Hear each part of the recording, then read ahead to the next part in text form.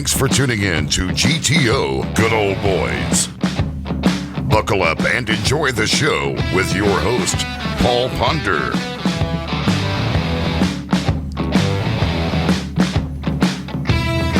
Hey guys, I'm Paul Ponder. I'm the host of GTO Good Old Boys, and we got three special guests here today, and we're just going to throw everything out in the pot and stir it and see what comes of it. We've got Mr. Matt Herren. Matt, thank you so much for spending some time with us today. Good to be here, buddy. We got Mr. Matt VanMeter. Appreciate you coming, Yes, Matt, sir. even though you had to come a long way. It was a long way from the front Jake desk. Parr, always super nice to have you. Yep. Now, we got some things we want to talk about here, and we've got a man that's been in fishing how long?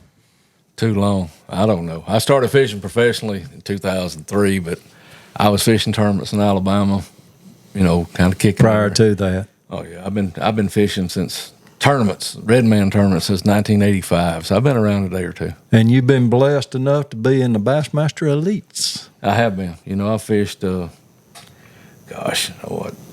classics, 6 or 7, I think 7 Forest Wood Cups. Wow. That's FLW. FLW, bunch of TTBC deals. I mean, I've Bass Fan World Ranking All-Star tournaments. I've been blessed to fish in a lot of high-ranking tournaments and made a really good career. Now, with saying that, you've got to fish with Mr. VanMeter also. Yeah, I have. He just gets sore when I catch more. I understand. But what we're going to cover today is let's cover from the time you started to the differences coming up through bass fishing. The way it was, what's called professional bass fishing, what should be just good old boy fishing. Fishing's fishing. I mean, the only thing that's really changed throughout the years is, I'm old enough. I've been through 25-pound blue strand to 6-pound sniper to sinking braid to from fiberglass rods to graphite rods. I've seen it all. I mean, literally, I come along at a time that we literally, fishing 12-foot deep was deep. Because all we had was monofilament with a lead sinker. Right. And think about that. And then now here we are, we're fishing braided lines tied to fluorocarbon leaders with tungsten weights and rods that are 10 times more sensitive and reels that are just velvet smooth. And it's couple all that up with, I used to ride around in a 17-foot boat with a 150 on it that'd beat your eye teeth out. There you go. The hot trolling motor was an Evinrude 1224.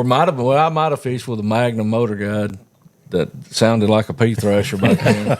But it worked. It worked, and it wouldn't die. It wouldn't die. There you go. And my God, you've seen it all. I've seen it all. So I've seen the advancements in all of it, right. and I've seen the growth and the numbers of You've anglers. seen the good, the bad, and the ugly. Well, I wouldn't really call them the ugly. I just think good and the bad. I've seen the good and the bad, and I've seen the changes as everything's gone along, and I've seen, so it's been fun, and I've enjoyed it, and the biggest thing I've always done, pride of myself, I'm versatile. That I want to be a guy that I always had to. When I was fishing locally, and I had a big riff with one of my team partners back then, is I wanted to be the guy that I didn't care whether I put it in the Mobile Tensile Delta or I went to Lake Wheeler, that I felt like I could roll it off a trailer and I was going to be competitive. Gotcha. And that meant I had to be good at just about everything. Right. And he was always like, you can know too much. Well, sometimes now, every time I get to struggling between about 12 different techniques, I hear him in my ear going, you know too much, dummy. Yeah. Well, saying that, we've got several different age groups here. We got Mr. Jake. 24 years old. 24. Matt? I'm 40. I might as well tell you and get it over with. I don't want to talk about it. Okay. And I'm 60. I'm going to be 65. I'm 61. 61. Yeah. Hey, great minds think alike. Yeah. Let's touch a little bit on forward-facing sonar. Oh, boy. Here we go. All right. We're going to look at it as professionally and not. Jake, how do you like forward-facing sonar? I mean, I like it a lot, but I can see how like older people or the older generation where they can have an iffy with it because of not being able to cope with it or be able to, I guess, learn how to fish it fast enough to be able to be competitive with it with the younger guys that have do it. And the younger guys, they grew up, they don't know how to do a lot of the stuff that the older guys have had 30 years of an experience doing. And the older guys might take it as an insult. They could, but I mean, what do you think? Did you take it as an insult that you got younger guys doing it? Probably just the old part, but it's I don't take it as an insult. I just, But you've had to learn so much, Matt, and you've had to put in time on the water. Oh, I'm using forward facing sonar now. Right. I just my But problem, is it a professional move? Well, we'll get into that in a minute. Okay. But here's the deal. You literally, to be good with it, with forward facing sonar, you can't have a fundamental background knowledge of everything else. Because if you do, like when I pick up a flipping stick and I go shallow, I know it's just a matter of me finding them. Yeah. Right? Mm-hmm. And you have to commit to what you're doing. Well, to be good with forward-facing sonar, they're doing the same thing. Mm-hmm. They're just committing to that technique, and that's what they do. Right. And what gets me is when I try to do it, is I know all this other stuff. So I'm sitting out there for 2 hours and ain't had a bite. I'm thinking, rain on this. I got other things I can go catch bass. This is stupid. And I think that's the opposite of my generation. And it is. Yeah. And it is. And that's where the problem is for the older anglers. I mean, I made a comment after I weighed in it. Oh, it might have been Murray. No, it wasn't Murray. It's the one before that. Anyway, it's St. John's. I told Dave Mercer when I walked off the stage I was going to go home and get hypnotized to forget everything I know about bass fishing. Wow. And he says, well, kind of looked at me kind of funny. I said, this is the last bass fishing tournament we'll have all year long. Gotcha. Because the rest of the year we're going to scope.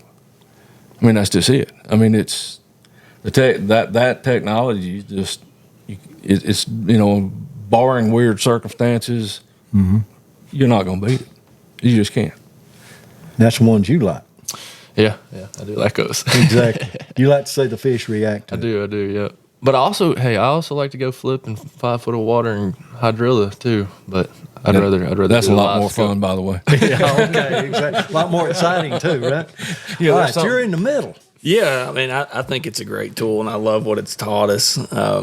I do not think that they need it at their level. I think it needs to be for the weekend guys or maybe the levels below it. But if you're going to try to qualify for the Elite Series or anything else, I think it needs to just be on intuition and angling ability. Now, that's a very good point. How would you react to that, Jay? I'm not fully live scope only because I do agree with that some, but I think that it should be a mix of both because there is some situations. I mean, this spring we were using it live scoping fish in 5 foot of water on a trap. So I mean, I can see it from both ways, but I don't know. I do see it both ways. I see it both ways. You got you. I don't want to offend nobody here. No, you're not going to offend nobody. Everybody's grown up here. Oh yeah. I mean, everybody's got their opinion, and we're exactly. We're at a crossroads in the sport right now. We're trying to find a balance. Yeah. Exactly. That's the key here. That's what I want people to see is we're not saying one is good as the other. No, forget that. We got a sport here that everybody loves. There's a lot of money generated through this sport, and there's a lot of livelihoods in fishing. Yeah. Okay, now if something's done to stop that, somebody's going to be in trouble. A lot of somebody's. Now go with what you were going to say. Well, I just think that, where we're at, what the weekend person does, if they want to go use it, I think it's awesome. I think anytime we can get people on the water and if they can go out and use that technology and they can get more bites and it makes them excited to get on the lake and, they buy a tackle and they support you and I can do my deal and I can promote products, I think it's great. But there's a divide there between a professional sport and weekend guy. And I didn't even realize when I said it, it's really about the truth. Jake played baseball. Right. And I told him, I said, I'm not saying that the younger generation is wrong for what they're doing, but to be a professional, if you were a baseball player, how far would you be a professional baseball player if all you could do is hit a fastball? No. You got to hit them all. You got to know the whole game, and that's what we're talking about here. Is the older guys are getting beat in the head right now with the sports changing, the technology's changing, and by George, you need to learn how to use it. Well, that's true. But what about all the stuff that I know how to do? Right. What about all the years that I invested? So just because this technology come along and it's made it great and it's made 19-year-old kids be able to compete with the best in the world, the 19-year-old kids should not know what all I know too. Correct. And so that's the divide. We're not talking about that's the professional sport part. What the weekend guy does, I think is awesome. We can get them on the water and buying fishing tackle and enjoying getting a bite and getting their kids on the water. And Right. I think it's great. I think it's better. Anytime we get people outside and doing things that they love to do in nature, I think it's awesome. But that's that, and this is this. Right. We've got two ways right here, and the phone's ringing, so we're going to go to a short break, and we're going to be right back with more of Matt Herren. We'll be back with more GTO Good Old Boys after this. See, I didn't even start a fight yet. Yeah.